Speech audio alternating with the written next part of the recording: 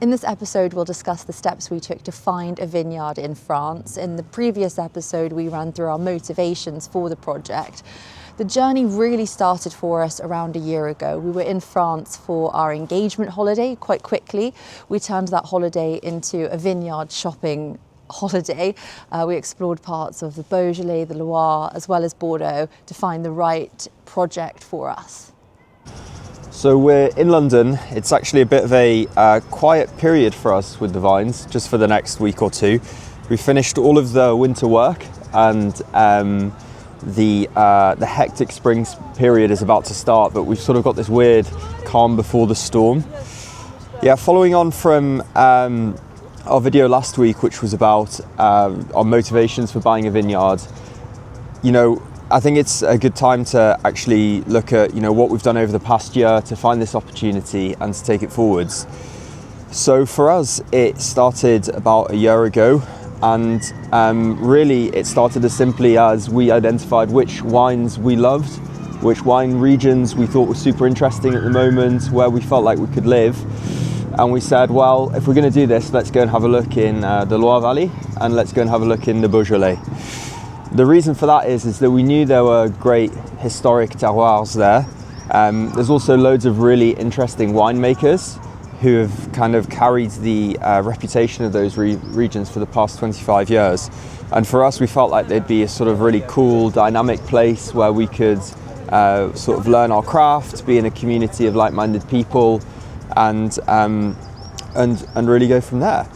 So our first choice was almost literally a year to the day. We actually went off on a trip to the Loire Valley and also to Beaujolais to go on the ground, meet winemakers, visit wineries, speak to agents, speak to people in those regions about what they felt the opportunities were, where the best places to buy were, and how to make it happen.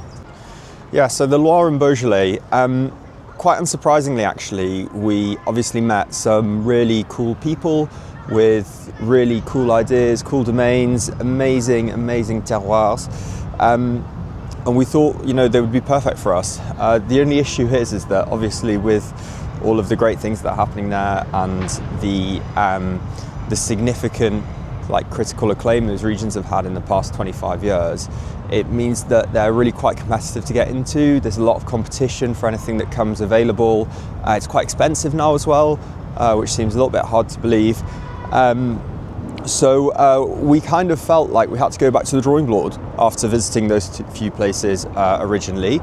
And what we decided to do was look at two options: either to not buy any land at all and just to vinify as a négociant, which is a model that a lot of people starting out in Burgundy, for example, do when it's far too expensive. Or the other option was actually to think about different regions, other opportunities elsewhere, and try and spread the search a little bit wider. So back to the drawing board. At this moment, we sort of didn't really know what to do. We had invested quite a lot of time and got really excited about the Loire Valley and the Beaujolais. But at the end of the day, we just decided to talk to more people. Everyone's done it. We thought at some point, if we just speak to loads of winemakers, they'd be able to help us out and give us advice. And so that's what we did. We started going to loads of fairs, visiting more winemakers in the UK and also in France. There's some amazing fairs in London, Dynamic Vines annual tasting, also the Real Wine Fair by Les Caves de Pyrène. And through that, we actually ended up meeting a number of different people, and they started to all weirdly say that a huge opportunity could be in Bordeaux and in Les Côtes de Bourg in Bordeaux. We knew there was a really interesting winemaker who'd just gone back there after setting up his domain in La Rioja in Spain. And then a couple of people in the Loire Valley said they knew people down there and that it was amazing historic terroirs, that we should go and check it out. It was undervalued at the time, so that could have been a huge opportunity.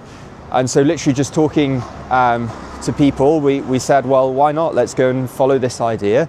People say it's good, so it must be worth checking out. And so we booked our next trip to France and we went on to Bordeaux, to Les Côtes de Bourg. So Les Côtes de Bourg, so we booked a trip to Les Côtes de Bourg. Again, no real strategy. That's really the story of how we found the vines. We just literally talking to people, making connections. So we'd been put in contact with some really interesting winemakers down there who'd been there for 20 years. We'd been put in contact as well with our friend now who's come over from La Rioja, who's set up a domain there. We'd also been put in contact with some really reputable consultants, viticultural consultants who were based there but work all over France. And so we just went down there with the idea of meeting everyone, speaking to people, understanding the opportunities, also understanding a little bit more about the area, how good the soils were, where the best places were, what to look out for, any specific risks like hail and hail corridors and areas a bit more prone to frost. And so through doing that and through our contacts, we actually found our current vines, and it was the first opportunity that we landed on. We'd sort of briefly spoken to some estate agents about some domains that were on the market, like whole domains, but none of them were anywhere near as interesting as these vines that we landed on. Plus from our perspective, we'd always wanted to have the option to either buy or rent a winery. But long story short, we found these amazing vines almost immediately when we landed there. Incredible soils, incredible area, north-facing slopes, which was brilliant. And so the way that it ended was we got the consultants to do an audit of the vineyards, just the condition, the risks, the specific investment that would be needed. There'll be more about this soon, but ultimately that gave us confidence that what we were buying had the long-term potential for quality that we were looking for, was affordable, and could be a really interesting project for us.